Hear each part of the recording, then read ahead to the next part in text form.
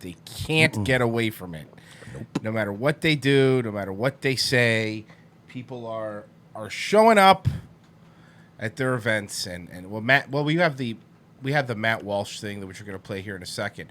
I wanted to play this quick one here, though. At the same time, this one's been making the rounds, boy. At the same time that old Matty Walsh was getting owned, doing his Daily Wire thing. What school was he at? Where was he at? I don't know. UCLA, maybe? Maybe. He was getting his cheeks clapped by Vince from Red Elephants. Yeah. At the same time that was going on, Dan Crenshaw was at another Texas university. Mm-hmm. And let's just play the clip. Yes, sir. My question is for Congressman Crenshaw. First of all, I want to thank you for your distinguished service to this country. Building him up right off the bat. Brilliantly done. Hello, Congressman Crenshaw. I'm going to give you what's called a compliment sandwich. Congressman, just this year, after a 2017 version of the law was blocked by a federal judge, Texas passed a law that still requires certain contractors to sign a pledge that they will not boycott Israel. The state of Florida has also passed a law outlawing the mere criticism of Israel. Representative Crenshaw, on May 9th of this year, similar legislation was even attempted at the federal level when the House Appropriations Committee sought to amend a routine government funding bill to allow federal agencies to compel contractors to promise not to boycott Israel as a requirement of maintaining their relationship with the U.S. government. Congressman, in spite of our unique and historic alliance, these laws are obvious, flagrant, and troubling violations of the First Amendment and free speech. This is the greatest phrased question. He didn't shit on Israel. He didn't do any of that. He just said, despite our unique and he. This is probably the greatest question I've heard thrown at him yet. Yeah, it's phrased perfectly. His temperament's perfect. Everything's perfect. He's going to take it well.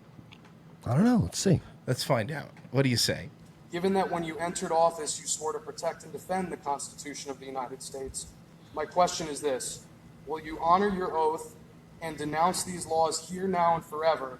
Or do you agree with Governor DeSantis and Governor Abbott that the First Amendment should only apply to Americans who support Israel?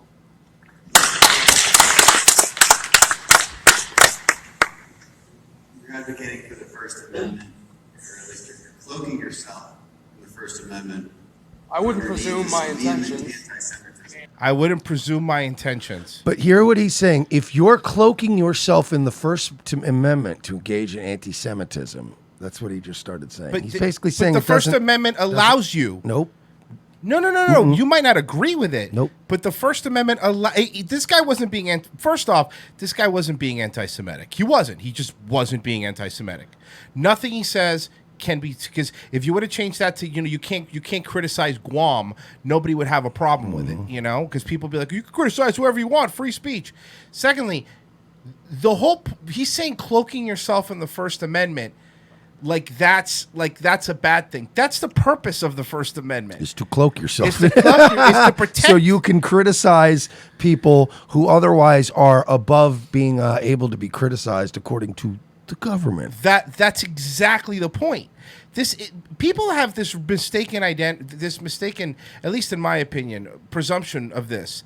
They think this is just a bunch of fucking anti-Semite white power people that are going out there and going, fuck Israel, fuck the Jews. Well, let's get something straight. I don't think that he thinks that. No. I don't think they really think that, but they are beholden to Israel. They're being paid by Israel. They're under the control of Israel, and they have to present to you that these are all just unhinged neo-Nazis, when now it's students. It's kids with backpacks and a nice suit on going, I have a question, Congressman Crenshaw, and it's killing him. I'm not saying that he believes it. What I'm saying is that a lot of people are trying to frame it. Exactly. We saw it yesterday. Oh, what's that? An ethno-nationalist back there? It was a Mexican kid. Yeah. They're trying. And then you go, ethno-nationalist? What do I look like? Some kind of Israeli? Right. So that's the way that they're trying to frame it. But the truth of the matter is, there's a lot of people here. Look, I'm one of those, right? And this is the way I'm looking at this situation. Of course, you've heard me on the show. I believe there's a lot of legitimate criticism for Israel, the way we handle them with kid gloves, the way we let them get away with things that if any other country was doing it, like spying on us, it would be the hugest sanctions would be. If any country if Mexico was spying on us, like Israel, the first thing Trump would say is, hey, guess what? You're losing your funding. All the money we're giving you get none now. Sanctions on you and sanctions on you. And he loves doing that shit, by the way. He loves pulling the old, I'll destroy your economy. He's never done that when they get caught doing so shit. I do believe there's a lot of that. But to me, the bigger issue here is not the just criticizing Israel thing. The biggest issue here is you're calling these people out for being hypocrites. The First Amendment should apply to everybody. I mean, back in the 60s, the ACLU fought for the Klan to march. You know, that's the point of it. The point of it is you should be allowed to criticize it. You could cloak yourself in whatever you want. You're not answering the question, Dan. Should we have these laws? Should the government be passing laws, and it's in Florida too, if you're a contractor or you're a business, you have to promise not to say anything bad about Israel. You're not allowed to have a business. How can you say that? You should be able to criticize anything you want and be allowed to live and survive. And I think what bothers me the most is if it's lefties doing this or whatever, that's fine. This is what they fucking do, right? They don't let people talk. They call you racist.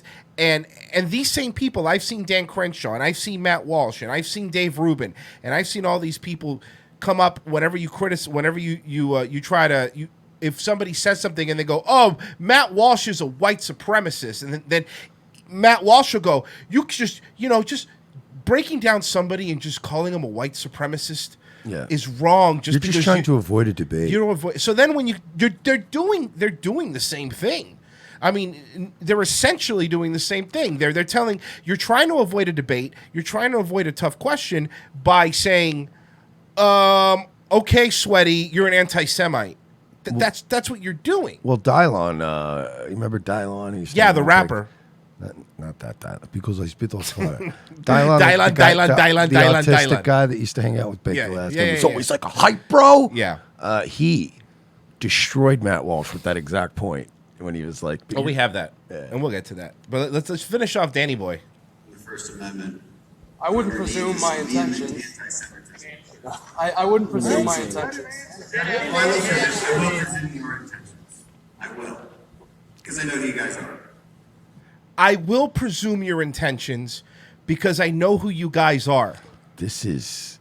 Do you hear this? Guys, this is wizardry. No, it really is, though. Yeah. I will presume your intentions. How fucking dare you, sir? The whole point of this is you don't want to answer a tough question. Whether you agree with it or not, whether you think this guy's just trying to get you is not the point. He's asking a legitimate question. Should these laws be passed? Should another government have a say in whether I'm allowed to be a business if I criticize them? Do you know what that is, that a country that is thousands of miles away from us has a say whether you're allowed to be a contractor in Texas or do business in Florida? This sets a precedent that no other country on the face of this planet has ever had that much of a buffer zone and that much control over what we say here. No other country. But again, when you believe what the Charlie Kirks say in the world, when we're just an idea, and they're a country because there was a strip mall that Jesus played ping pong in once, that you can't. I don't think that's. I mean, the remake. Historically accurate. It's the reboot, the Marvel reboot of it. You know, he came out on a hoverboard. And he was playing ping pong. I remember that, and he became a shrimp boat captain. Yeah, it was really good, right? Yeah, he braces on his legs. Well, I mean, really, when you think about it, Jesus Christ really is like the Forrest Gump of history. Except Jews killed him at the end. Well, what we didn't see how Forrest died. We had a little AIDS baby that he had to take care of. What if the Jews gave Jenny the AIDS? They had to because she started going to those sex clubs and porns and stuff. Oh, dude. Oh, that's right. She was hanging out with porn people. Yeah. So of course it was them. Modern day Jesus. Sorry, that's finished. And here's the problem with the BDS. When you create a movement, I'm not advocating for BDS. He didn't bring up BDS. He never mentioned. Who brought up BDS? Never mentioned BDS. Who brought up BDS? Did you hear the people say BDS? Nope. one Jewish state, just because they are the one Jewish state. There is a deep problem with that. That is anti-Semitism manifested. You're right as an American.